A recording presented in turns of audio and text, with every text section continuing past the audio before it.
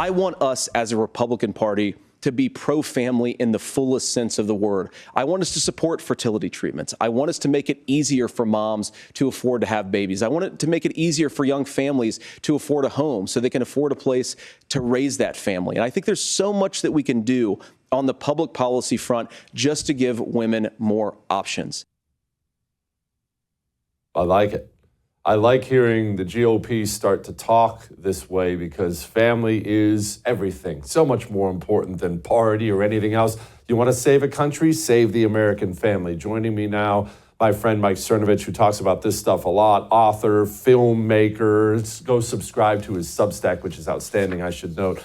Mike, I like that the Republican Party, as many problems as I have with it, is finally starting to get bolder about speaking about family and the importance of it. It's a relief to me.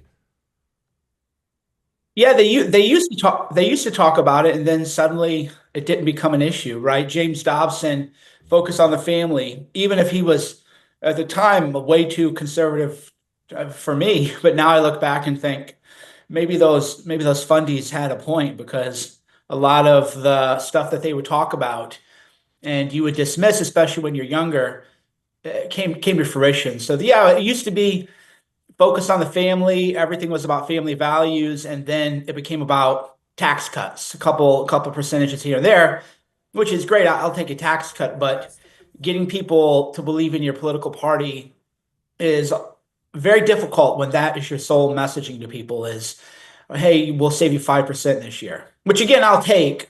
I don't want some idiot to chop this up and say, oh, bro, you like high taxes, but it obviously wasn't doing the job.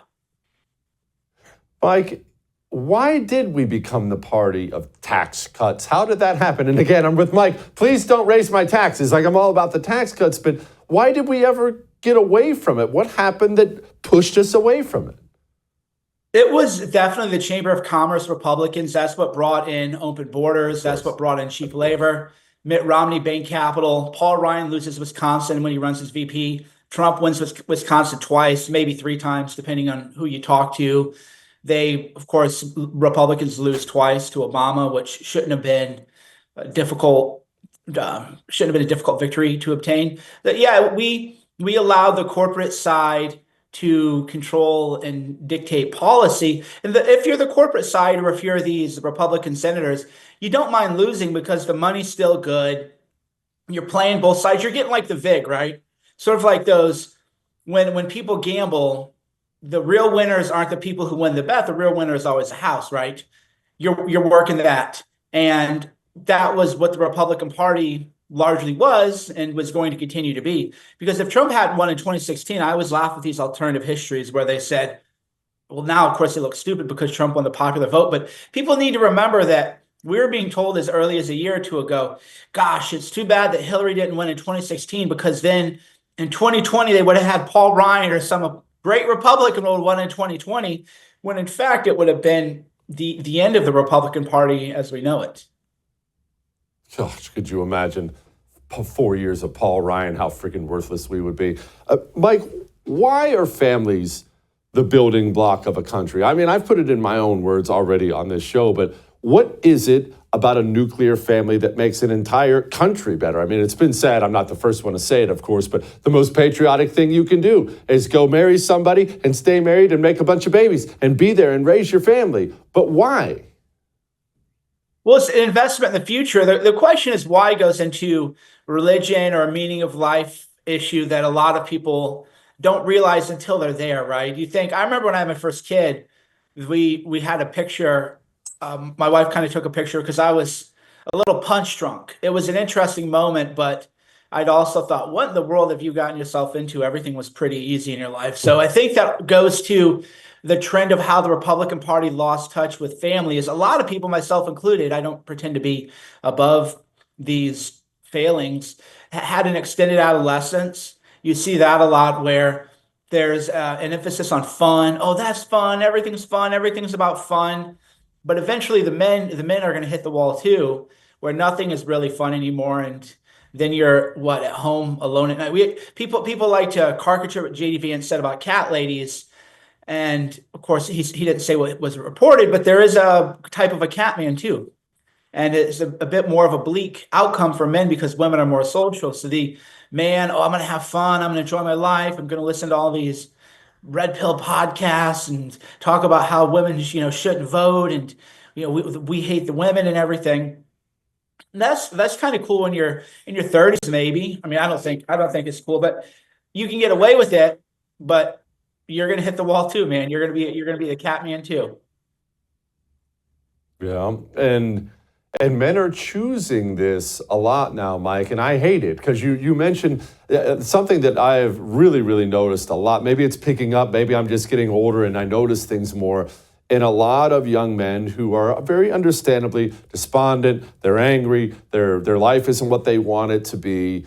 They've really checked out on the whole family thing. I hate women. Women suck. And so they don't desire a family. A lot of young people, a shockingly high percentage of young people, don't want to get married. They don't want to have kids. It's just misery to them. And it saddens me more than anything, Mike, how many miserable men we have. It's a part of the meaning crisis or the spiritual crisis or the virtue crisis, depending on how people want to describe it. But I heard a great, speaking of kids, that was the boy. That was the boy. So speaking of which, he just invaded. There's a great homily I heard from Father Seraphim Rose, and he's an Orthodox monk, and he might be a saint at some point in time. But he gave this great homily on fun and how and it convicted me too. This isn't me convicting others. It convicted me where it said that 100 years ago, you would have sounded like a very silly person, especially as a man, when all you talk about is fun. That's fun. That sounds fun. When did we get this Western spiritual condition where our life didn't become about virtue or duty or obligation, but it's all about how much fun can we have? And that's trickled downstream, which is, hey, I'm a man and I want to have fun. And I'm not here to say don't enjoy life. I would say I enjoy life, probably more than a lot of people. But I heard that and I felt so convicted in my heart. And I even thought I want to eliminate the term fun, at least when I talk about myself, from my vocabulary. I don't want to hear, oh, hey, go talk to Jesse. It'll be fun. Sure it is. This is fun to me. But I try not to think of that way at all. And I realized, we were, whether we knew it or not, this childish mindset had trickled down to us, and we had rejected any kind of Roman understanding of virtue, of strength, of purpose, of shouldering a burden. Again, myself included, I don't want to just yell at the young guys, right? That's not it at all. I was certainly there. And once you're living just for fun, you would see children as a interruption of the party. So it's easy for men on these red pill podcasts to say, oh, when woman got an abortion because she wanted to keep partying. It's like, well, who fornicated with her, right? Who got her pregnant? Some guy, who just wants to have fun. And he want to have a kid either. He probably told her to get one. And half the time he probably even paid for it. So why is it all the time we're just talking about women and how they're not taking accountability for anything, but you don't realize that the man mind has been infected with this childishness and this obsession with everything has to be entertaining and everything has to be fun. Yeah, it's true. It really is. Mike, you talk a lot about, to raise kids, you have to raise yourself. What are you talking about? So something that I found influential in our parenting and homeschooling with Charlotte Mason, there's all these principles of the Charlotte Mason pedagogy. And one of them is that you treat children as a whole being, that children aren't little things. At least the way I was treated as a kid, children should be seen, not heard, but children are actually people. They're little people at different stages of development. And then you want to think of, am I treating my child like a person, like a whole person, like a real person? And most of us would realize that if you treated your friends the way you treat your kids sometimes, if you treated yourself the way you treated the kids sometimes, it wouldn't really stand up. It wouldn't really make a lot of sense, and it wouldn't even necessarily be effective. And then as you go deeper into that, you think, well, why am I mad at my kid? Well, I'm mad at my kid because I feel a loss of control. Well, why do I feel a loss of control? And then why is it that feeling a loss of control should upset me? Why should I care? And then why should I have this emotional state internalized and then externalize it to those people around me? Because that doesn't work in your marriage. So why would that work with children? So you realize that your children are shining a mirror onto you, right? There's a quote, no man is a hero to his butler, no man is a hero to his valet. The implication being that somebody who's with you all the time maybe doesn't buy the hype the way people who see you only in your highlight reel moments would do it. And of course, with children, you're kind of their hero at a certain age, although that changes.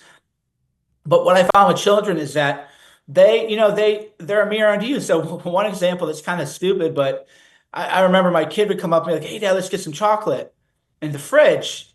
And I paused a minute and I go, "Well, no, you don't need any more chocolate." And I thought, I don't need any more chocolate. The kid just knows to follow me to the fridge to get a little See's candy or piece of chocolate, right? So there's these 1,000 different ways that they're showing you who you are, because you go through life in an automatic pattern and you're realizing, oh, they're showing me that part of myself, or they're showing me that habit. I didn't realize that. I wasn't even conscious of that. I was running on autopilot.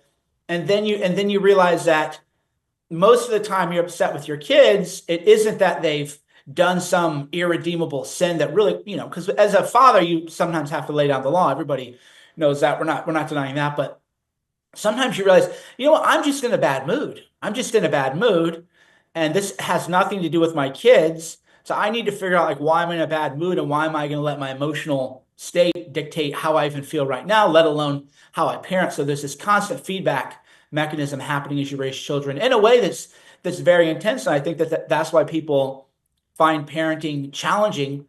Is the work is the work, but oh well, you missed some sleep. The work is the work. It's the emotional realization, especially for people who have never examine themselves or try to improve themselves. You realize that it's a raw nerve if you're not conscious and aware of it. No doubt about it. And it's hard to be human in front of them. I snapped at mine the other day just because I was in a bad mood. Had to go home and apologize to him that night and own the whole thing. Friggin' sucked. Mike, you are the man. Of course. Thank you, my brother. I would thank you for coming to my YouTube channel, but I know how brilliant it is, and I know you love it here. So subscribe and watch. We're going to start really ramping things up and putting some funny stuff, some interesting stuff out there, some collaborations. Either way, my YouTube channel is officially the place to be. So stick around.